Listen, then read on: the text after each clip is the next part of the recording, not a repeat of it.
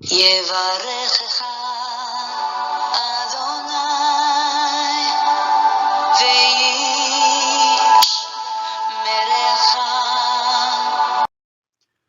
וישמרך. 바레크카 아도나이 베이시메레카. 사랑하는 성도 여러분, 오늘 하루도 전지전능하신 임마누엘의 하나님께서 여러분에게 복을 주시고 여러분을 안전하게 지켜주시기를 축복합니다. 아멘. 할렐루야. 오늘도 어김없이 우리 코에 호흡을 불어넣어주신 창조주 하나님, 우리 아버지 여호와를 성축합니다. 우리의 구원자이신 예수 그리스도 그 존귀하신 이름을 찬양합니다. 오늘도 만물을 새롭게 하시고 인생들을 재창조하고 계시는 성령님의 놀라운 그 은혜와 그 역사를 찬양합니다. 1일8구 성경 장별 강해 오늘 168번째 시간입니다. 오늘은 신명기 15장 말씀을 함께 묵상하겠습니다. 오늘 제목의 말씀은 안식년과 초태생에 관한 규례. 오늘은 크게 두 가지 주제를 다루게 됩니다. 안식년에 어떻게 해야 하는지, 이 안식년에는 이 해방과 면제, 이 두 단어가 떠오릅니다. 이 안식년에는 해방을 시켜주고, 그리고 빚은 탕감하여 주라, 면제하여 주라. 종들에게는 해방을 선포하고 빚진 자들에게는 이 면제를 해주어라 라고 하는 부분이 바로 안식년과 관련된 개념들입니다. 그리고 소와 양의 초태생은 하나님의 것이다, 하나님께 드려라. 이것은 이 유월절, 출애굽할 때 유월절과 관련된 바로 하나님의 그 명령입니다. 오늘 우리는 바로 이 안식년, 특별히 이 안식년은 다른 이름으로 불리는데요, 여호와의 면제년이라. 여호와의 면제년, 면제해주는 그런 해라는 뜻입니다. 그래서 7년째가 되는 날, 그 안식년에 하나님께서는 이스라엘 백성들에게 무엇을 해주라고 하는지, 이 안식년을 어떻게 지키라고 하시는지 그 내용과 이제 초태생을 하나님께서 하나님께 바치라고 하시는 그 이유를 오늘 자세히 공부하게 됩니다. 자, 우리는 지금 어디까지 와 있죠? 세 편의 설교 가운데서 이 첫 번째 설교는 1장에서 4장, 그리고 두 번째 설교가 이제 4장 뒷부분부터 26장까지 중에서 오늘 지금 우리가 15장, 바로 이 부분에 와 있습니다. 하나님께서 이스라엘 백성 제2세대에게 하나님의 법을 다시 선포하시면서, 그래서 이 신명기를 제2의 율법이라, 두 번째 말씀하시는 율법이라 그렇게 부른다 그랬죠.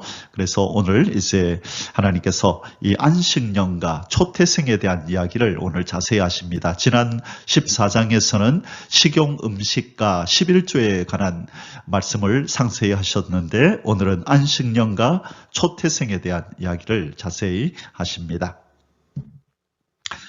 자, 우리 지난번에 지금 어저께 14장, 이 식용으로 먹을 수 있는 깨끗한 식물과 그리고 11조에 대한 이야기, 그리고 오늘은 안식년과 이제 그 초태생을 바치는 것에 대해서.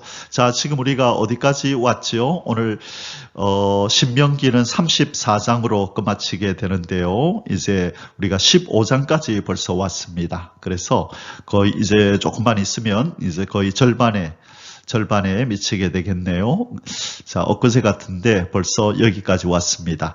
자, 배웠던 것들 하나하나, 또 궁금한 것들은 다시 돌아가서 복습하시고 그렇게 공부하시면 많은 유익이 될 것입니다. 오늘 신명기 15장의 주제 구절은 16절에서 17절입니다. 종이 만일 너와 내 집을 사랑함으로 너와 동거하기를 좋게 여겨 내게 향하여 내가 주인을 떠나지 아니하겠노라 하거든 송곳을 가져다가 그의 길을 문에 대고 뚫으라. 그리하면 그가 영구히 내 종이 되리라. 내 여종에게도 그같이 할지니라. 아멘. 자, 여기 보면 그의 길을, 송곳을 가져다가 그의 귀를 문에 대고 뚫으라 이렇게 돼 있는데요. 이것을 문에 대고라는 이 부분을 이 히브리어 원어에 보면 그의 귀 안에와 문 안에, 그의 귀 안에와 그 문 안에, 문 안에, 귀 안에 이렇게 표현이 되어 있습니다. 그러므로 이것은 이 송곳을 따로 이렇게 대어서 어떤 문을 받침대로 이렇게 그냥 대고 귀를 뚫은 것이 아니라 이 귀와 문을 함께 이렇게 뚫은 것을 알 수 있습니다. 그래서 귀를 문에다 대고 이렇게 송곳으로 뚫을 때에 귀를 관통한 그 송곳이 문까지도 이렇게 동시에 그 흠을 내어서 문에도 표가 된 것을 의미하는 것입니다. 그래서 이것은 귀만 뚫는 것이 아니라 문에도 표시를 하는 것을 의미하는 것입니다. 자, 이렇게 송곳의 끝이 동시에 문에까지 흔적을 남기도록 이렇게 하는 것은 분명히 어떤 이유가 있을 것입니다. 여기에서 귀는 순종을 의미합니다. 예, 잘 듣고 예, 따르겠습니다. 순종, 들은 것을 행하겠습니다. 귀는 순종을 의미하는 것이고요. 그리고 문은 주인의 집을 의미하는 거지요. 자, 문은 주인의 집을 의미하는 것입니다. 따라서 이렇게 귀와 문을 동시에 뚫는 바로 이 예식은 그 종이 주인에게 영원한 순종을 하겠습니다. 영원한 순종을 하겠습니다. 동시에 그리고 그 주인의 집에 영원한 일원이 되겠습니다. 영원한 일원. 영원히 이 집에 속하겠습니다. 영원히 순종하고 영원히 이 집안에 속하여서 그렇죠. 자신을 이 집안에 속한 자로 여기는 거죠. 속한 자입니다. 그리고 영원히 순종하겠습니다. 이 두 가지를 의미하는 것이 바로 그의 귀를 문에 대고 이렇게 이제 구멍을 뚫는 것입니다. 바로 이러한 예식은 어떤 것을 지금 예표해 주는 것이요. 하나님과 우리 성도들, 이 하나님의 자녀가 된 우리 그리스도인과의 관계를 보여주는 것입니다. 이 하나님의 사랑을 입은 우리 그리스도인들은요. 그 하나님의 사랑을 인하여서 우리 하나님과 영원히 함께 있기를 소망합니다라는 그런 의미에서 우리의 귀를 이 문에 대고 송곳으로 뚫는 것 같이 우리의 귀를 하나님의 나라의 문에 대고 우리는 뚫음으로써 하나님께 대한 영원한 순종을 그리고 사랑을 이렇게 다짐하는 것이고 우리는 하나님 나라에 속한 자라고 하는 자, 우리는 이 하나님의 사랑, 예수 그리스도의 십자가의 구속의 그 은혜로 인하여 우리는 이제 하늘나라에 귀를 대고 우리는 하늘나라에 속한 사람입니다라고 귀를 뚫는 그 의식을 지는 사람입니다. 그래서 우리는 바로 우리의 참 주인이신 예수 그리스도를 사랑하고 영원히 그 나라에 속한 시민이 되겠습니다. 그래서 우리의 시민권은 하늘에 있습니다. 그래서 영원히 주님께 순종하고 주님의 나라의 일원으로서 살겠습니다라고 하는 이 각오를 결단을 우리도 해야 하는 것을 오늘 신명기 15장 16절에서 17절에 이 영구의 종이 되기를 원하는 사람은 문에 대고 귀를 송곳으로 뚫는 이 예식을 통하여 우리에게 하나님께서는 이 진리를 말씀해 주고 계십니다. 자, 오늘 신명기 15장의 소주제들은 아래와 같습니다. 오늘은 좀 많은데요. 4가지 소주제가 있습니다. 첫 번째, 안식년, 채무 면제에 관한 규례. 안식년에는 이렇게 빚을 진 자들을 면제해 주거라라고 하는 이 하나님의 말씀이 있습니다. 1절에서 6절에 어떻게 면제를 해주는지, 또 누구는 면제해주고 또 누구는 면제해주지 않아도 된다고 하는 규례가 있는데요. 그 내용을 살펴보겠습니다. 두 번째로 안식년 채무 면제와 가난한 자에게 구워주는 것에 관한 규례. 자, 가난한 자에게 구워주는 것. 안식년이 다 돼 갔을 때에 만일 가난한 자에게 구워주면 안식년이 돌아올 때에 그것을 받지 못하거든요. 그래서 이제 안식년이 다가온다고 해서 가난한 자에게 구워주는 일을 그렇게 주저하거나 그렇게 거부하거나 해서는 안 된다라고 하는 이 하나님의 자비에서 비롯된 하나님의 명령이 여기 나타납니다. 7절에서 11절에요. 그리고 세 번째, 안식년 채무 면제와 종을 자유케 하는 것에 관한 규례. 안식년에는 빚을 탕감해주고 그렇죠. 채무를 면제해주고 가난한 자의 구워달라고 할 때 그래도 구워줘야 하고, 그리고 종은 자유케 해줘야 하는 그런 명령이 있습니다. 그래서 이 세 번째에는 종을 자유케 하는 것에 관한 규례가 12절에서 18절에 나오고요. 그리고 마지막 네 번째로 초태생을 바치는 것에 관한 규례가 나옵니다. 자, 그래서 특별히 이 안식년에 해야 할 이 세 가지, 첫째가 채무를 면제해주고, 두 번째 가난한 자에게 구워주는 것을 중단하면 안 되고, 그리고 세 번째 종은 반드시 자유케 해줘라 라고 하는 이 부분이 안식년에 하나님께서 꼭 행해야 한다라고 말씀하시는 규례입니다. 자, 이 네 가지를 오늘 우리 자세히 살펴보면서 신명기 15장을 공부하도록 하겠습니다. 자, 이제 본론으로 들어가겠습니다. 첫 번째 소주제, 안식년 채무 면제에 관한 규례. 자, 여기서 안식년은 다른 말로 면제년이라고 부르기도 합니다. 면제해주는 그 해라는 것이죠. 1절에서 6절까지 말씀인데요. 하나님께서 이렇게 안식년에 채무를 면제해 주라고 하시는 것은 이 동족의 모든 채무, 자, 그 사람이 누구냐면 동족의 채무를 면제해 주라 이렇게 말씀하시고, 나중에 뒤에 본문에도 나오겠지만 이방인들의 빚은 독촉을 해서 받아내도 괜찮다라고 말씀을 합니다. 그래서 이 안식년 채무 면제를 적용해야 하는 사람은 동족에 한해서 그렇다는 것이고요. 그리고 이 제도를 하나님이 만드신 것은 이 이스라엘 사회에서 이 가난한 자를 없애기 위해서 하나님께서 이 제도를 만드신 것입니다. 그리고 이 이스라엘 백성들의 이 공동체의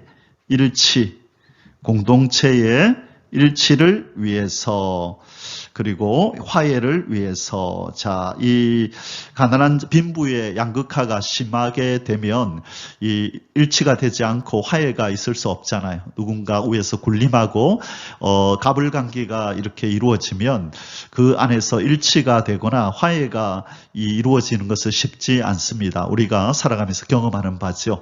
그래서 하나님께서는 이 언약 공동체 안에서 이 가난한 자를 없애고, 그리고 공동체의 일치와 화해를 위해서 동족의 이 채무를 다 면제해 주어라라고 말씀합니다. 자, 참고로 나중에 뒤에 나오겠지만 이방인의 채무는 면제해 주지 않아도 된다. 이들에게는 독촉을 해서 받아내어도 된다.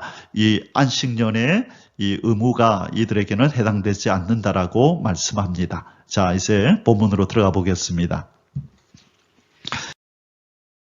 1번, 안식년에 이웃과 형제의 채무를 면제하라 명하시는 여호와 하나님. 자, 이 형제라고 하는 것은 같은 부모 밑에서 난 형제, 혈육을 말하는 것이고, 이웃은 동족을 말하는 것입니다. 자, 형제는 혈육을 얘기하는 것이고요. 그 다음에 이웃은 동족을 의미하는 것입니다. 이들에게는 반드시 채무를 면제해 주라고 말씀합니다. 1절에서 2절, 매 7년 끝에는 면제하라. 면제의 규례는 이러하니라. 그 이웃에게 구워준 모든 채수는 그것을 면제하고 그의 이웃에게나 그의 형제에게 독촉하지 말지니 이는 여호와를 위하여 면제를 선포하였음이니라. 자, 하나님은 이 개인을 생각할 뿐만 아니라 이 언약 공동체, 하나님은 개인뿐만 아니라 바로 이 공동체의 하나됨과 공동체의 평화를 하나님께서는 이렇게 생각하셔서 이 제도를 만든 것입니다. 자, 이 안식년은 다시 말해서 무슨 또 해라고 말할 수 있다 그랬죠? 면제년, 면제해, 이렇게 표현할 수 있는 것입니다. 그래서 이 빚진 자들은 이 안식년이 돌아오기를 간절히 손꼽아 기다렸겠죠. 그리고 종된 자들도 마찬가지고요. 하나님께서 이웃과 형제의 채무는 반드시 의무적으로 그렇게 면제하라고 명령하셨습니다. 2번, 안식년에도 이방인들에게는 변제하라, 독촉할 수 있다고 말씀하시는 여호와 하나님. 자, 이 이방인들에게는 이 하나님께서 이 안식년이 되어도 그냥 면제할 필요가 없다. 채무를 면제해 줄 필요가 없고 변제하라, 갚으라고 독촉할 수 있다라고 말씀합니다. 3절입니다. 이방인에게는 내가 독촉하려니와 내 형제에게 구워준 것은 내 손에서 면제하라. 자, 여기에서 이 이방인이라고 하는 것은 바로 이스라엘을 경유해서 이렇게 어디를 가는 외국인들이나 또는 사업상 이스라엘에 잠시 들른 이 외국인들, 바로 이들을 얘기하는 것이죠. 그래서 이 안식년의 규례는 이 이스라엘 공동체 내에서 이 가난을 없애려고 하는 바로 하나님의 의도이기 때문에요. 이런 이방인들에게까지 적용할 필요는 없다고 말씀하십니다. 뿐만 아니라 이 이방인들은 안식년에도 쉬지 않고 일을 했잖아요. 그죠? 그래서 이 안식년 부채 상한 면제 규례와는 이 무관한 사람들입니다. 그래서 이 안식년 채무 면제 규례는 누구에게만 해당된다? 이스라엘 백성들 간에만 적용되는 규례가 바로 안식년 채무 면제 규례이다라고 우리가 기억하면 좋겠습니다. 3번, 명령을 준행하면 복을 내리시어 가난한 자가 없게 하시겠다고 언약하시는 여호와 하나님. 자, 이렇게 이 안식년 때, 면제년 때에 채무를 면제해 주는 자에게는 반드시 하나님이 복을 내리시겠다고 언약하십니다. 자, 잠시 우리 본문을 읽고 좀 말씀을 또 나누겠습니다. 네가 만일 내 하나님 여호와의 말씀만 듣고 내가 오늘 내게 내리는 그 명령을 다 지켜 행하면 내 하나님 여호와께서 내게 기업으로 주신 땅에서 네가 반드시 복을 받으리니 너희 중에 가난한 자가 없으리라. 아멘. 자, 왜 하나님이 이 약속을 하실까요? 왜냐하면 우리가 짐작하기 어렵지 않습니다. 내게 빚진 자, 내가 빌려준 것, 내가 받아야 되는데 이 안식년이 됐다고 해서 받지 못하면 내 소득이 줄어들 것이 아니냐, 내가 많이 손해볼 것 아니냐, 그죠? 모든 사람이 이런 우려를 하게 될 것입니다. 바로 그런 우려를 불식시키기 위해서 하나님께서는 이 언약을 하시는 겁니다. 하나님께서 너희들이 내 말을 듣고 지켜 행하면 반드시 복을 받게 될 거다. 너희 중에 가난한 자가 없을 것이다. 절대로 그렇게 우려하지 마라. 반드시 너희들이 그렇게 순종하면 뭐 하시겠다? 순종하면 복을 내리셔서 너희들로 부하게 하겠다. 부하게 하시겠다라고 약속하시는 겁니다. 자칫 이 손해볼까 우려하여서 불순종하는 사람이 있을까 싶어서 하나님 그렇게 말씀하시는 거죠. 자, 이 약속은 이 개인에게 주신 약속일 뿐만 아니라 이 국가에, 이 이스라엘 나라에게 주는 약속이기도 합니다. 자, 내 말에 순종하는 개인은 복을 받을 것이고 너희가 국가적으로 그렇게 순종할 때 너희 나라가 그렇게 나에게 복을 받게 될 것이다. 하나님께서 이 두 가지를 다 의미하면서 지금 말씀하고 계신 것입니다. 자, 이제 두 번째 소주제를 공부하겠습니다. 이번 안식년 채무 면제와 가난한 자에게 구워주는 것에 관한 규례. 자, 7절에서 11절인데요. 여기서 말하고자 하는 것은 이 구워준 것은 나중에 안식년이 되면 면제를 시켜줘야 되잖아요. 그런데 가난한 자가 돈을 구워달라 그러는데 바로 내년이 안식년입니다. 그러면 올해 내가 구워줬다가 내년까지 받지 못하면 무조건 면제해줘야 되잖아요. 시간적 여유가 있으면 그래 1년 안에 갚아라 라고 하면서 그렇게 빌려준 것을 받을 수 있는 가능성이 높지만 그러나 바로 이제 올해 올해가 예를 들면 10월달, 11월달인데 내년이 이제 안식년이에요. 그럼 지금 구워주면 이제 몇 달 후면 안식년이 돌아오기 때문에 면제를 해줘야 되는 거죠. 이런 경우에 가난한 자에게 구워주는 것을 거부하고 그것을 하지 않으려고 불순종하려고 하는 사람들이 있을 것 아니에요. 그래서 하나님이 그런 인간의 마음을 아시고 지금 하나의 규례를 만드십니다. 그것이 7절에서 11절에 나옵니다. 1번 안식년이 가까웠다 하여 가난한 자를 도와주는 일을 소홀히 하면 죄가 되리라. 자, 엄히 말씀하시네요. 만일 안식년이 가까웠다 하여 가난한 자가 도와달라고 함에도 불구하고 그것을 소홀히 하면 죄가 된다. 죄가 된다고까지 말씀하시네요. 죄가 되리라 말씀하시는 여호와 하나님 7절에서 9절입니다. 내 하나님 여호와께서 내게 주신 땅 어느 성읍에서든지 가난한 형제가 너와 함께 거주하거든 그 가난한 형제에게 내 마음을 완악하게 하지 말며 내 손을 움켜쥐지 말고, 자, 이것은 주지 않으려고, 구워주지 않으려고 손을 꼭 쥐고 있다는 그런 의미죠.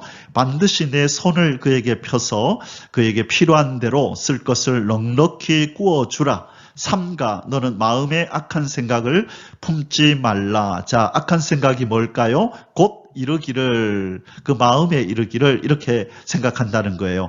일곱째 해 면제년이 가까이 왔다 하고 내 궁핍한 형제를 악한 눈으로 바라보며 아무것도 주지 아니하면 그가 너를 여호와께 호소하리니 그것이 내게 죄가 되리라. 자, 내 궁핍한 형제를 악한 눈으로 바라본대요.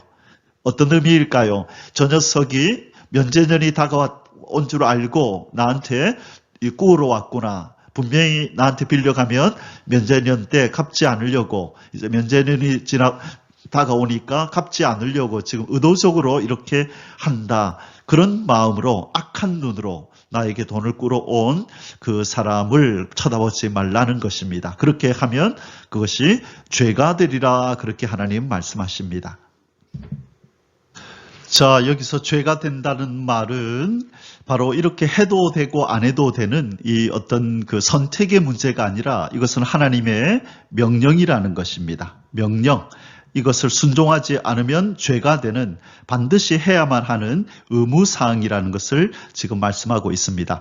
그래서 이 하나님의 언약 백성들은 이 이방인들과 다른 높은 차원의 윤리, 도덕, 의식을 가지고 큰 사랑과 자비를 가지고 이 같은 동족을 대해야 함을 하나님께서 지금 말씀하고 계신 것입니다.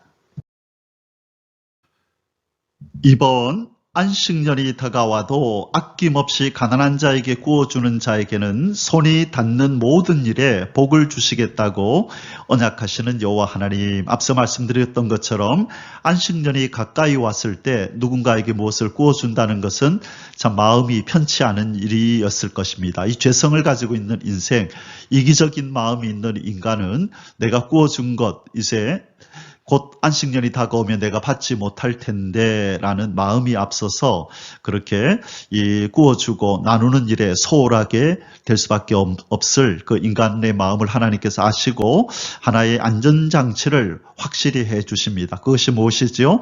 아낌없이 가난한 자에게 구워주는 자에게는 손이 닿는 모든 일에, 손을 대고 행하는 모든 일에 복을 주시겠다, 형통하게 해 주시겠다고 하나님 여호와께서 분명히 약속을 해주시는 겁니다. 자, 그래서 내 하나님 여호와께서, 언약의 하나님이 언약을 한다. 반드시 내가 복을 줄 테니 내 말에 순종하라 라고 하나님이 말씀하십니다. 자, 우리 본문을 읽고 또 조금 더 말씀 나누겠습니다. 너는 반드시 그에게 줄 것이요 줄 때에는 아끼는 마음을 품지 말 것이니라. 이로 말미암아 내 하나님 여호와께서 내가 하는 모든 일과 내 손이 닿는 모든 일에 내게 복을 주시리라. 땅에는 언제든지 가난한 자가 그치지 아니하겠으므로 내가 네게 명령하여 이르노니 너는 반드시 내 땅 안에 내 형제 중 곤란한 자와 궁핍한 자에게 내 손을 펼치니라. 자, 안식년에 시행해야 할 규례 중에서 특별히 이스라엘 백성들 중에 있는 이 가난한 자를 도우라는 말씀을 지금 강조하고 계십니다. 이 가난한 자로 대표되는 이 고아, 가부, 나그네, 그렇죠? 고아와 또 가부와 나그네들.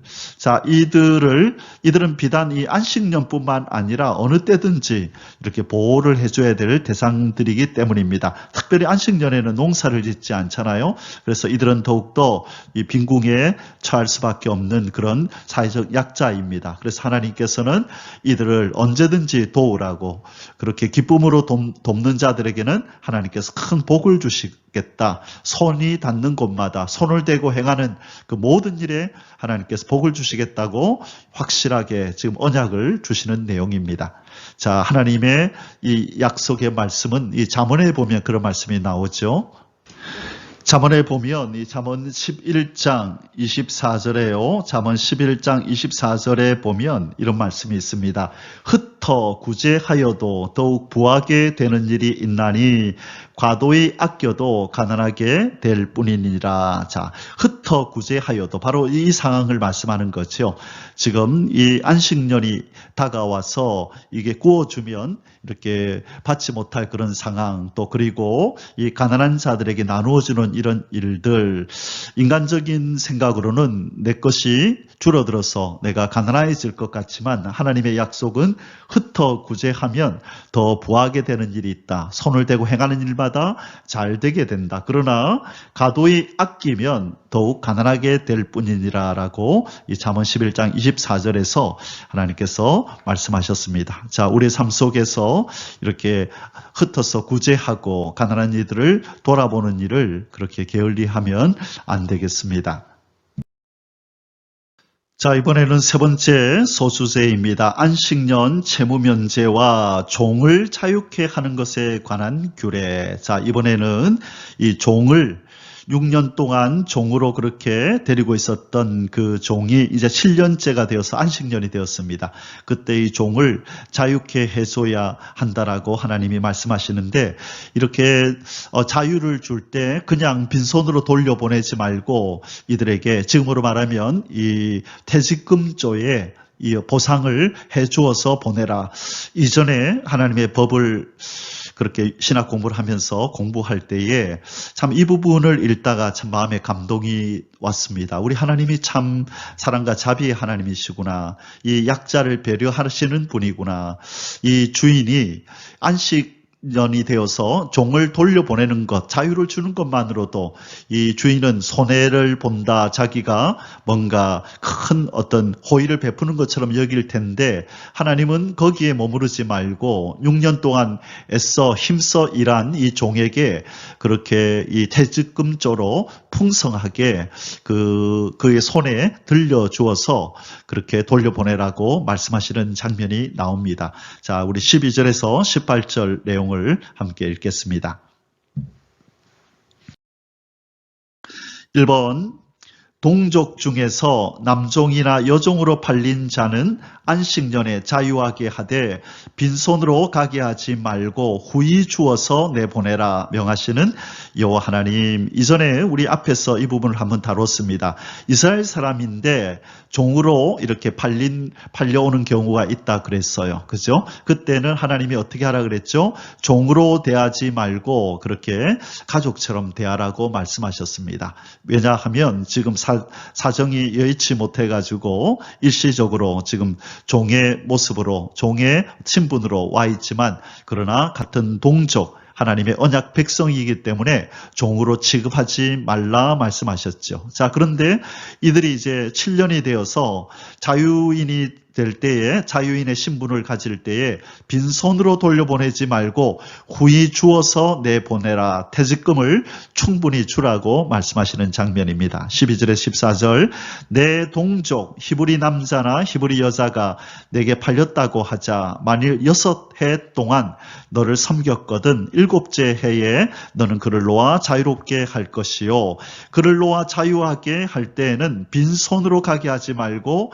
내 양무리 중에서와 타작마당에서와 포도주 틀에서 그에게 후히 줄지니 곧 내 하나님 여호와께서 내게 복을 주신 대로 그에게 줄지니라. 자, 하나님께서 너에게 복을 많이 주셨거든 그에 비례하여 이들에게 주어서 많이 주어서 보내라. 그렇게 말씀합니다. 참 오늘날은 이 퇴직금을 이 목돈으로 주는 것이 부담이 되어서 이 매년마다 이것을 그때 이렇게 지불하는 그런 일들이 있지요. 오늘날. 그런데 그렇게 되면 회사 측에서는 참 부담이 없어서 나중에 도움이 될지 모르지만 이 고용된 이 사람 일꾼의 입장에서는 나올 때에 퇴직금을 이렇게 받고 나와야 또 다음 또 단계를 또 도모하고 준비할 텐데 그렇지 못해서 어려움을 당하는 그런 어떤 상황을 보게 됩니다. 자, 그런데 하나님께서 이 지금으로 말하면 퇴직금 제도지요. 충분하게 풍성하게 이 사람으로 인해서 이 종으로 인해서 또 너희 집에 가산이 늘고 복을 받았다고 생각되거든. 그 복을 주신 대로 그에게 비례하여 그에게 빈손으로 가게 하지 말고 풍성하게 후히 주라고 말씀하십니다. 이것이 하나님의 마음이요 사랑과 자비의 마음인 것입니다. 이번 애굽 땅에서 종되었던 신분에서 속량된 것을 기억하며 여호와 하나님의 명령에 순종하라 명하심. 자, 오늘 하나님께서 지금 이 안식년 규례 중에서 종을 해방시켜 주라고 명령하셨는데요. 특별하게 이 내용이 포함되어 있는 이유에 대해서 오늘 하나님께서 말씀하시는 겁니다. 바로 너희도 이전에 종이었었다. 그러니 지금 종으로 있는 바로 이 사람들을 그들의 마음을 헤아려 주어라. 그렇게 갑질하지 말고 그들의 마음을 헤아려서 그들을 대우하라고 말씀하시는 겁니다. 15절입니다. 너는 애굽 땅에서 종되었던 것과 내 하나님 여호와께서 너를 속량하셨음을 기억하라. 그것으로 말미암아 내가 오늘 이같이 내게 명령하노라. 자, 이 종을 해방시켜 주라고 명령하시는 이유가 너희들도 종이었다는 것을 기억해라. 바로 그것을 기억하면서 그렇게 하라라고 말씀하는 겁니다. 그래서 이 이스라엘 백성들이 종을 볼 때마다 항상 자기들이 종되었었던 그 상황을 기억하고 그들을 속량해내신 하나님 앞에 감사하면서 바로 지금 자기 밑에 종으로 있는 이 사람들도 그렇게 선을 베풀며 그들에게 잘해주라고 말씀하고 있습니다. 자, 이스라엘 백성들도 이 430년 동안 이 종노릇하면서 있다가 나올 때에 하나님께서 이 금은 보화를 그렇죠? 많은 또 폐물을 그 손에 들려주셔서 나오게 하셨잖아요. 그래서 아마 하나님께서 이것을 생각하면서 그들을 이제 자유자로 보낼 때에 빈손으로 보내지 말고 퇴직금조로 손에 꼭 쥐어서 충분하게 그렇게 쥐어주고 돌려보내라 이렇게 말씀하시는 겁니다. 3번 안식년에도 불구하고 종이 주인을 떠나지 않겠다고 할 때 주인이 해야 할 일, 앞서 주제 성구에서 우리가 살폈던 내용입니다. 16절에서 18절 종이 만일 너와 내 집을 사랑함으로 너와 동거하기를 좋게 여겨 내게 향하여 내가 주인을 떠나지 아니하겠노라 하거든 송곳을 가져다가 그의 귀를 문에 대고 뚫으라. 그리하면 그가 영구히 내 종이 되리라. 내 여종에게도 그같이 할지니라. 그가 6해 동안에 품꾼의 싹의 배나 받을 만큼 너를 섬겼은즉 너는 그를 놓아 자유하게 하기를 어렵게 여기지 말라. 그리하면 내 하나님 여호와께서 내 범사에 내게 복을 주시리라. 자, 지금 이제 안식년이 되어서 이제는 종의 신분에서 자유인이 되는 그런 어떤 기회가 왔음에도 불구하고 이 종이 자기가 섬겼던 이 주인이 너무 이렇게 자기에게 베푼 호의가 감사해서 그 주인을 사랑하는 것입니다. 그래서 함께 계속해서 동거하기를 원할 때에는 어떻게 해야 하느냐에 대해서 그 행동 지침을 말씀해 주시는 겁니다. 앞서 주제 우리 성구에서 자세하게 살펴보았기 때문에 간단하게 살피고 넘어갑니다. 송곳을 가져다가 그의 길을 문에 대고 뚫으라. 자, 이것은 무엇을 의미한다고요? 종으로서 영구히 순종하겠습니다. 그런 뜻이죠. 그리고 이 집안의 일원이 되어서, 그렇죠? 일원이 되어서 이제 영원히 함께 살겠습니다 하는 거죠. 자, 종으로서 영구히 순종하고 이 집안의 일원이 되어서 영구히 함께 하겠습니다라고 하는 것을 지금 이렇게 표시하는 것입니다. 그래서 마찬가지로 우리는 이제 하나님의 그 사랑에 감동되어서 이제 하나님, 저는 영구히 하나님 나라의 일원이 되겠습니다. 하나님의 나라의 시민권을 얻은 자로서 또 하나님의 자녀로서 이제 영구히 하나님과 함께 하겠습니다. 그리고 이제 하나님을 사랑하고 순종하면서 영원히 살겠습니다. 우리는 바로 그렇게 하나님 나라의 문에 귀를 대고 뚫는 그런 의식을 우리 마음속으로 해야 할 줄 믿습니다. 자, 오늘 그래서 이렇게 한번 고백했으면 좋겠습니다. 주님, 저는 귀 뚫린 종입니다.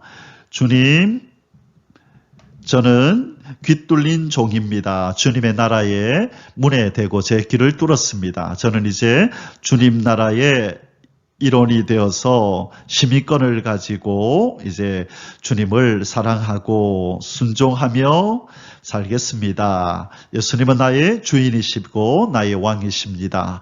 우리의 고백이 우리의 영원한 고백이 될 수 있기를 주님의 이름으로 축복합니다. 아멘.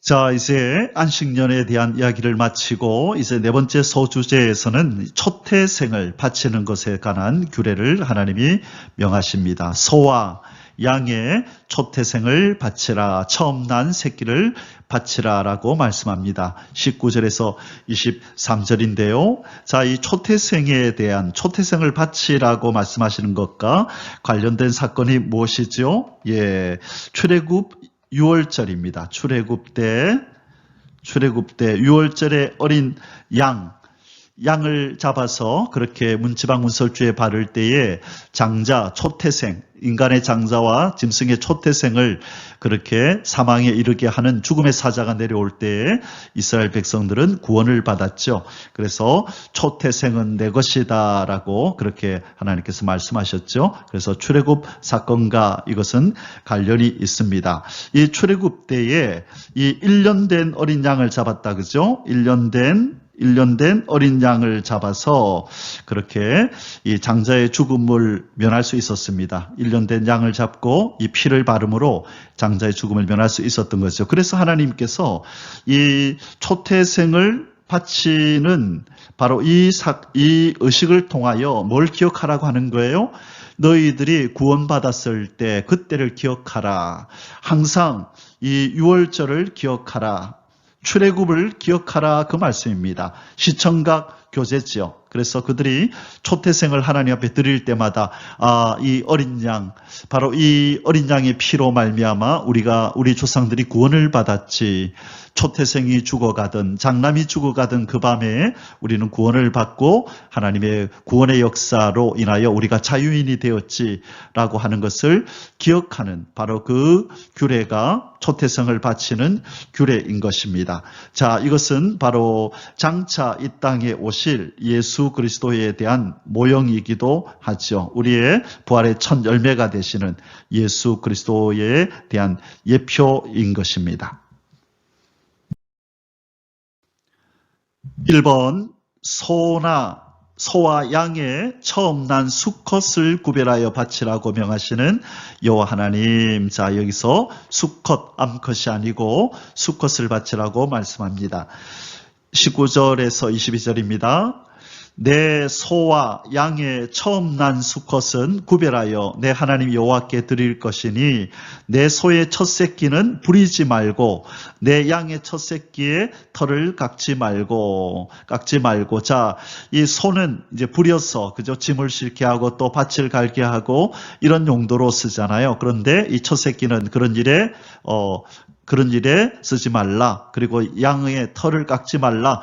털을 깎아서 그렇게 수익을 만들 텐데 양의 첫 새끼는 그렇게 하지 말라. 이것은 너와 내 가족은 매년 여호와께서 택하신 곳 내 하나님 여호와 앞에서 먹을지니라. 이것을 하나님 앞에 드리고 가족들이 모여서 먹어라. 그러나 그 짐승이 흠이 있어서 절거나 눈이 멀었거나 흠이 있으면 내 하나님 여호와께 잡아드리지 못할지니. 자, 흠 있는 것은 하나님 앞에 드리면 안 된다라고 말씀하십니다. 내 성중에서 먹되 부정한 자나 정한 자가 다 같이 먹기를 노루와 사슴을 먹음같이 할 것이요. 하나님께는 온전한 것, 흠도 없고 점도 없는 것을 하나님 앞에 드리라. 그렇게 말씀합니다. 사랑하는 성도 여러분, 우리가 하나님 앞에 드리는 것, 또 하나님의 교회에 드리는 것, 우리가 먹다가 남은 것, 쓰다가 남은 것, 그런 것을 드리는 것이 아니라 하나님께서는 온전한 것, 가장 귀한 것, 그렇게 정성을 우리가 표현할 수 있는 것을 가지고 하나님 앞에 드리라고 말씀합니다. 이것은 비단 우리의 어떤 이런 물질을 드리는 이뿐만 아니라 우리의 시간도, 우리의 정성도, 우리가 하나님을 위해서 하는 모든 일에는 우리의 가장 귀한 시간, 우리의 가장 귀한 것들을 드림으로 그분이 우리의 왕이고 주인이고 영원한 생명의 구원자이심을 우리는 그렇게 고백해야 하는 것입니다. 그래서 바로 이 정신, 소와 양의 첫 새끼를 하나님 앞에 그렇게 드리는 것, 흠없고 점없는 것을 드리는 것, 이 정신이 우리의 영의 생활에도 온전히 그렇게 체화되어서 하나님을 기쁘시게 해드리는 그런 신앙생활을 할 수 있기를 주님의 이름으로 축복합니다. 아멘. 자, 이제 오늘 마지막 구절입니다. 2번, 피는 먹지 말고 물같이 땅에 쏟으라 명하시는 여호와 하나님. 자, 소와 양의 첫 새끼를 하나님 앞에 드린 그것을 함께 먹을 때에 그 피는 먹지 말고 땅에 쏟으라 말씀하십니다. 23절, 오직 피는 먹지 말고 물같이 땅에 쏟을지니라. 자, 우리가 이 피에 대한 얘기를 많이 나눴습니다. 이 피는 무엇을 상징하죠? 이것은 바로 생명을 상징하는 것이고, 바로 이 피는 이 생명을 상징하는데 모든 생명의 주관자가 바로 하나님이십니다. 그래서 이 피를 먹지 않고 땅에 쏟을 때에 우리 하나님께서 생명의 주관자 되십니다라고 하는 것을 그렇게 신앙으로 고백하는 것입니다. 자, 그래서 이 피는 나중에 또 예수 그리스도의 보혈을 또 예표하고 상징하는 그런 의미가 있기도 합니다. 그래서 절대로 하나님께서는 피를 먹지 말고 땅에 쏟으라고 이렇게 말씀하시는 것입니다. 자, 이렇게 우리는 신명기 15장 말씀을 우리가 쭉 살펴보았습니다. 이 면제년, 이 안식년에 해야 할 것들, 가난한 사람들을 도와야 될 것, 도와야 되고 종을 자유케 하고 빚진 자를 탕감해 주는, 면제해 주는 이런 일들을 하라고 말씀하신 것 우리가 기억하고 이제 우리 결론의 말씀을 내리도록 하겠습니다. 자, 우리가 오늘 본문에서 그렇게 중요하게 여겼던 내용이 오늘의 결론입니다. 나는 주님의 영원한 종이니이다. 누가 기꺼이 길을 뚫을 것인가? 자, 사랑하는 성도 여러분, 저와 여러분은 바로 주님을 예수 그리스도를 주인으로 모신 바로 하나님의 사람들입니다. 우리 주님 앞에 나는 영원한 종이 되겠습니다. 영원히 순종하고 영원히 주님께 속하겠습니다라고 우리는 결단하고 다짐해야 됩니다. 제가 자주 인용하는 구절 중에 고린도전서 6장 19절 20절에 보면 너희는 너희 것이 아니라 값으로 산 것이 되었으니 그런즉 너희 몸으로 하나님께 영광을 돌리라. 값으로 산 것. 그래서 우리는 주님께 속하고 주님의 소유가 되었다고 말씀합니다. 우리는 주님의 것입니다. 주님이 우리를 향하여 소유권을 주장하실 수 있고 우리는 그분에게 순종하되 사랑으로 순종해야 하는 것입니다. 자, 오늘 본문에 나왔던 자 16절에서 17절 말씀을 보겠습니다. 종이 만일 너와 내 집을 사랑함으로 너와 동거하기를 좋게 여겨 내게 향하여 내가 주인을 떠나지 아니하겠노라 하거든 송곳을 가져다가 그의 귀에 문에 대고 누르라. 그리하면 그가 영구히 내 종이 되리라. 내 여종에게도 그같이 할지니라. 자, 귀와 문. 귀는 순종을 의미하고 문은 이 주인의 집. 그래서 이 속한다고 말씀드렸어요. 속함, 순종. 속해서 순종하겠습니다. 영원히 나는 주님의 나라에 속하여 주님의 자녀로서 주님의 종으로서 순종하고 사랑하며 살겠습니다. 라고 오늘 우리는 결론적으로 결단해야 되겠습니다. 자, 그러면 우리가 주님 앞에 나는 주님의 영원한 종이니이다 라고 길을 뚫는다는 것은 주님을 우리가 무엇으로 영접한다는 의미일까요? 자, 세 가지로 우리는 주님을 영접해야 합니다. 첫째, 바로 나는 왕이신 예수님의 신하입니다. 예수님을 왕으로 영접하고 우리는 신하가 되는 것이죠. 이것이 진정 거듭난 성도의 세 가지 고백인데요. 나는 왕이신 예수님의 신하입니다. 두 번째로, 나는 주인 되신 예수님의 종입니다. 세 번째로, 나는 새 생명을 주신 예수님께 생명의 빚을 진 자입니다. 생명의 빚을 진 자. 바로 이런 마음으로 우리가 살아가는 것이 진정 거듭난 성도의 이 표징이 되는 것입니다. 사랑하는 성도 여러분, 이런 고백을 주님 앞에 진심으로 할 수가 있습니까? 우리의 이 입술의 고백과 우리의 삶이 일체가 되지 않는다면 오늘 우리가 결단하면서 주님, 우리의 이 신앙 고백이 우리의 삶이 되게 하시고 이러한 삶을 우리의 일상 속에서 살아낼 수 있도록 하나님 은혜를 베풀어 주옵소서라고 기도하며 그렇게 오늘 하루 또 최선을 다하여 주님을 모시고 주님을 사랑하고 그 말씀에 순종하며 하늘의 시민권을 가진 자로서 이렇게 당당하게 그렇게 하루를 살아가시기를 주님의 이름으로 축복합니다. 아멘. 할렐루야.